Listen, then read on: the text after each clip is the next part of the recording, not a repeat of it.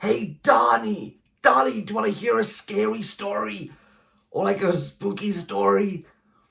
Or like Goosebumps? But if Goosebumps is like written for adults, because there's some things that are going on here that are just like not kid appropriate. Saying that, you know the one with like the Halloween mask and they put her on and they can't take her off? Like that still frightens me to this day. Today we're going to discuss Mariana Enriquez's The Dangers of Smoking in Bed, a short story collection with some spooky, gruesome, sometimes over-the-top, horror-esque stories. Now, to be completely upfront, this isn't my thing. I don't search out these types of stories. I don't particularly read short stories.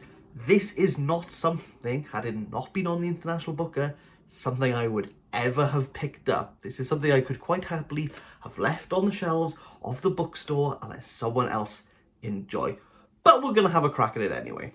Worth mentioning, you could be like me. Mariana Enriquez as a name didn't click with me. It didn't register until I looked at the front and realised this is the person who wrote Things We Lost in a Fire.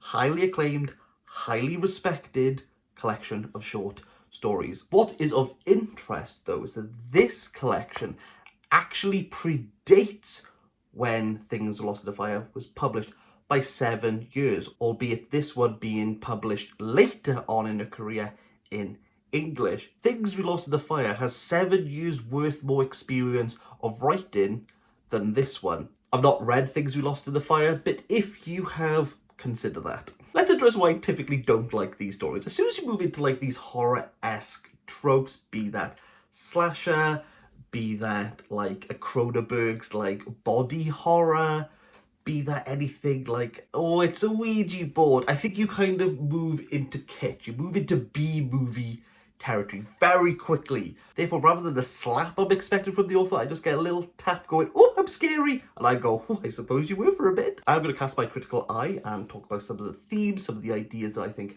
Enriquez is trying to portray in here. But this isn't going to be an unbiased review because, like I said, I never would have picked this up. Therefore, I asked someone who I thought could give you a complete unbiased review. Because I asked my wife, who jump cut. Hello, Alexandra. What have I just given you? This book. Because your favourite genre of book is Short stories. Short stories and horror. Thank you, Translated. Dora. Translated horror. What's your favourite horror film? Murder on the Orient Express. Oh wow. All I'd like you to do is just read 3 stories, any length. It's gone up. It's gone. It has gone up. It was 2 earlier. Well, it's going to be a long car journey, but we'll come back soon. So say bye, everyone. Bye. While we give my wife some time to enjoy those stories, I actually decided to write down some summaries of the stories for myself. This isn't something I normally do when I review, but again, I thought it would be interesting. So here are my 1-sentence summaries of these stories. Angel Eater Unearthed. Proposed KFC remnants haunts a woman after waiting 10 years. Our Lady in the Quarry. Have you ever fancied someone so much that you decide to change their coffee? The Cart. The poo that starved a town. The Well. I'm really proud of this one. The Evil that cannot be spoken, which is spoken about from start to finish. I just put in brackets. Bit ironic that. It was from that point onward I got bored and I didn't do any of the others, but I hope that gives you an idea of like where I'm coming with these.